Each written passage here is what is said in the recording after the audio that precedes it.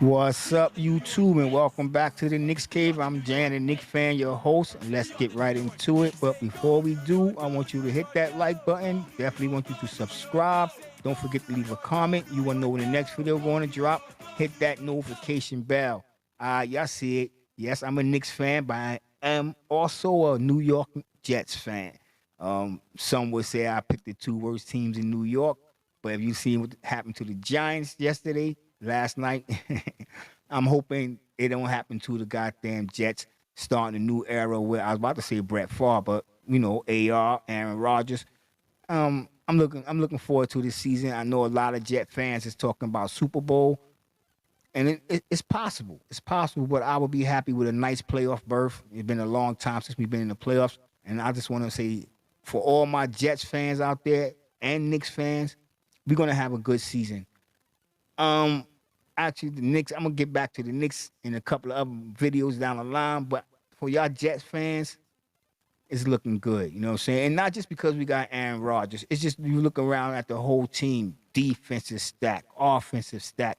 And I know the Jets got a target on their back, some would say, but it's looking good. Now let's jump into this fever and get back into the New York Knicks because the season will be starting soon next month, October. Basketball will be starting. We get to see some of the preseason games. The Knicks haven't made moves yet. Still moves to be made if anything out there left. Really, a lot of people complain about that Christian Wood deal to the Lakers. Christian Wood was a guy I would like to see on the New York Knicks. I'm not gonna lie, but his defense is not gonna fit what Tom Thibodeau tried to do. Let's be honest. All right, let's jump into this video real quick. Talk about this roster, you know what I'm saying, and what they did. Not roster, but about this USA team, how they shot field goal percentage, 42 out of 81, shooting 51%. Canada, 84 shots, 43, 51 as well from downtown. Canada shot 17 out of 37, hitting the 45% mark. Where the USA continue to struggle. Well, it ain't no more continue. It's over. You know what I'm saying? But they struggled throughout the tournament. Went 10 for 27, a measly 37% from downtown as a team. Free throws, 24 to 32. Got to the free throw line relatively good, more than in Canada did. Canada got to the free throw line 28 times, making 24 of them, shooting 85% from the free throw line, where the USA shot 75%. Total rebounds, USA had 43 to Canada 40. Offensive rebounds, 15 to their 11. 28 defensive rebounds to their 29. 21 assists to their 29 assists. 3 blocks compared to their 5. 6 steals even. 14 turnovers to their 12. And 21 personal fouls compared to their 24. But a lot of things going to have to change coming 24 Olympics, Paris. A lot of people was calling for LeBron James, bring out the big guns, Steph Curry, just bring out the big guns, Kevin Durant. You're hearing the calls being called right now. And the way the teams played this year in FIBA, the World Cup, I don't know if our stars is going to be enough. And I know a lot of y'all might think I'm crazy by even uttering them words, but let's be coming with a mixture of our young stars and our aging stars right now, our top dogs. But we gotta have a mixture. We just can't say, okay, we're gonna bring all our OD or OGs out there, Kevin Durant, and hope that they don't get hurt throughout the tournament. That's a possibility, being that they, a lot of these guys are hitting the 40-year-old mark. But we're gonna see what happens next year in Paris, as I like to say. We're gonna see. I'm gonna get to my reason in just a second, but I just wanted to just look at the stats real quick, and then see how Canada just had like 3 or 4 guys that really did it to us. You know what I'm saying? Shea Alexander and Brooks and Barrett, they did it, but they played as a team. And all them guys, there was a couple of guys on here that didn't even score. And that, I think that's what was wrong with the U.S. team, that nobody wanted to take the back burner. Everybody wanted to do what they had to do, which brings me to my main reasons why the USA went home. Some would say penniless, medalist, or whatever you want to call it. But And I know a lot of Knicks fans might not want to hear this because I'm a Knicks fan, but I think Steve Kerr should have started Halliburton over the Brunson. Um, One thing, Brunson's a good player. Brunson should have been named to the All-Star team. And I've been saying this throughout the season last year, even though he was averaging 6 points, 6 assists a game. I would say I wanted to see him average 7, more like 8 to 9. You know what I'm saying? 10 was my magic number, being that he was our point guard. But he come in and I said in the other videos, I think that had a factor on R.J. Barrett a season, him coming in and dominating the ball the way he did. It even took away from Julius Randle if you looked at it. And we don't have a problem with it because we ain't see talent at the point guard position in so long. New York Knicks fans, I know I went over from World Cup to the New York Knicks, but I'm talking about Brunson. And I think Halliburton would have been a better start, you know what I'm saying, than Jalen Brunson. I think he would have got out there and got the guys more into the game than Jalen Brunson did. I know he tried to get his assists, but he still tried to do what he tried to do because Jalen Brunson, I know he's listed as a point guard, but he's still used to being a shooting guard. And that's what he was playing off of Luka in Dallas, and he still have that mentality. And he had that mentality before he even was on Dallas. He didn't say he had to take a back seat or back burner to Luka, and now he's in the spotlight. And I'm not.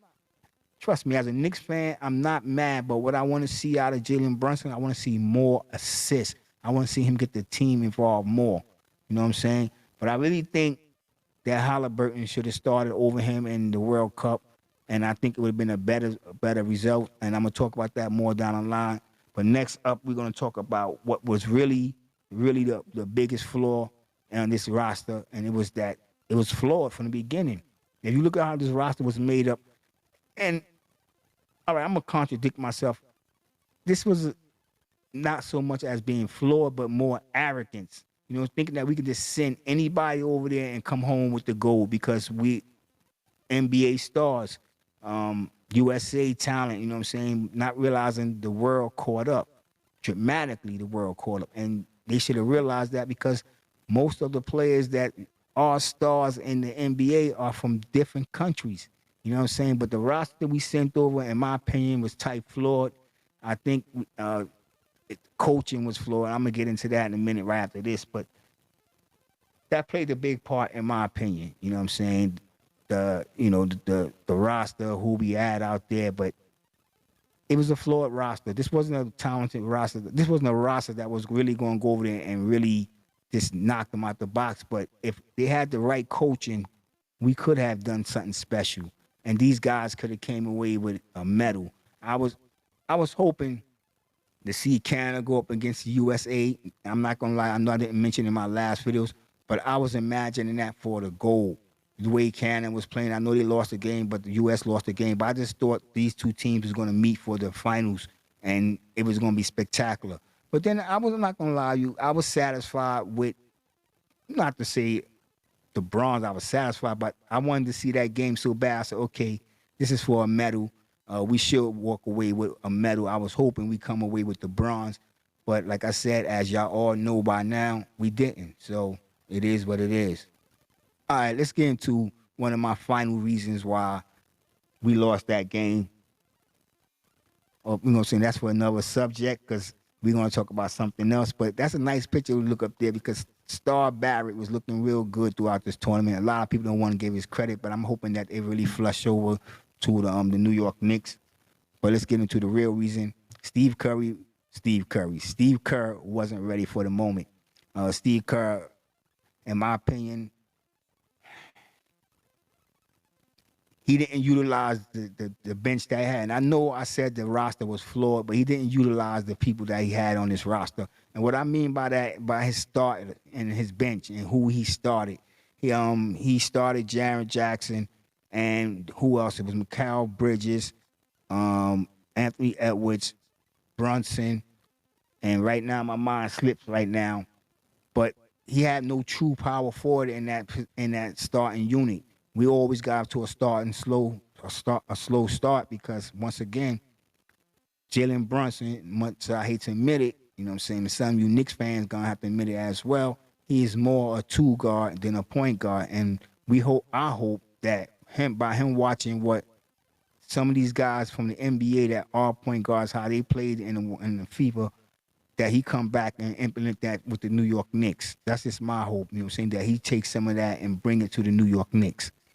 But getting to my reasons, like talking about the bench and the roster and how Steve Kerr played these guys, I really thought that he should have had played started Banchero alongside Jackson. That way Jackson wouldn't have been in so much foul trouble because Jackson was the biggest man on the floor to start the game for the USA, which he always had to, help on defense, which really put him in foul trouble. I think if Banchero, I know he don't really have the size as most of them guys over there, them grown men, but it would have been the height advantage that you see how he was active.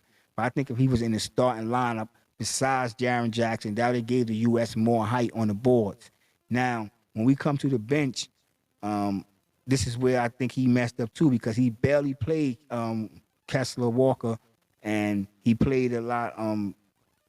What's my man name? Crazy Eyes, goddamn Porter, as a 5 in the second unit. And I think that Kessler should have been the 5 and Porter should have been the power forward, a position that he's used to, his natural position, and have Reed somewhere shooting guard, playing the shoot guard. Halliburton was coming off the bench, so he was right there. But I really think if Jalen Brunson was commanding that second unit with Kessler and Bobby Porter, that it would have been, because them two guys, they don't really ask for the ball. He could have set him up, and Jalen Brunson could have been the man that Anthony Edwards was being with the starting unit. That's why I really want to get at. Let Anthony Edwards be that star in the starting unit, but let Brunson be that star on the second unit, because we all know that Brunson can get out there and get hot. And Steve Kerr didn't do that. You know what I'm saying? Who am I? I'm just a commentator on a YouTube with a small channel. What can I say to go up against one of the greatest coaches in the history of NBA? Now, another thing I want to say when I say he wasn't ready for the moment, because he was used to the NBA rules. You know what I'm saying? Them guys here in the NBA, ticky-tack fouls, whistle being blown on FIBA, they was letting them guys bang. You know what I'm saying? He didn't prepare the guys well enough for that. Also, it was like he wasn't calling timeout when he wasn't supposed to. I think he inserted Brandon Ingram's in when he should not even been, and that's another reason flawed roster. Somebody like Brandon Ingram, he doesn't have the mentality, in my opinion, what he showed to be ready to be on that type of a world stage. That's just my opinion on that category. You know what I'm saying? Y'all let me know what y'all think in the comments. But I'm gonna finish this off with one of the main reasons why we lost that game is that they dominated us. Brooks, Shea Gilgeous-Alexander, and our own R.J. Barrett, 23 points, 7 rebounds, 2 assists from that kid. They dominated the U.S. I'm about to say the Knicks. They dominated the U.S. They dominated. If we didn't have players, if we can get to the score, but it was more of a catch-up game. Another slow start and us catching up. And it was just because, like I said, because he didn't utilize the bench or the roster the way he was supposed to, and with the talent that we had. He took Jalen Brunson over Halliburton, and it was a mistake. No, I wouldn't do it if it was a regular season, but this wasn't a regular season. This was the world stage. You have to really match player for player. And he didn't do that, you know what I'm saying? Especially down low in the blocks. He didn't do that, you know what I'm saying? If he would have brung Kessler out there in the back for the bench with Bobby Portis right there, that have gave us some size right there. Bringing Banchero and Jackson, that would give us size in the starting unit. He didn't do that, you know what I'm saying? And you see where it got us, you know what I'm saying? I may be wrong, I may be right, but y'all let me know in the comments. And if y'all stayed around for this long, please don't forget to hit that subscribe. If you're not a subscriber already, don't forget to definitely like the video and comment. I look forward to responding to y'all comments. And with that being said, I want everybody to stay safe, stay healthy, God bless, and peace.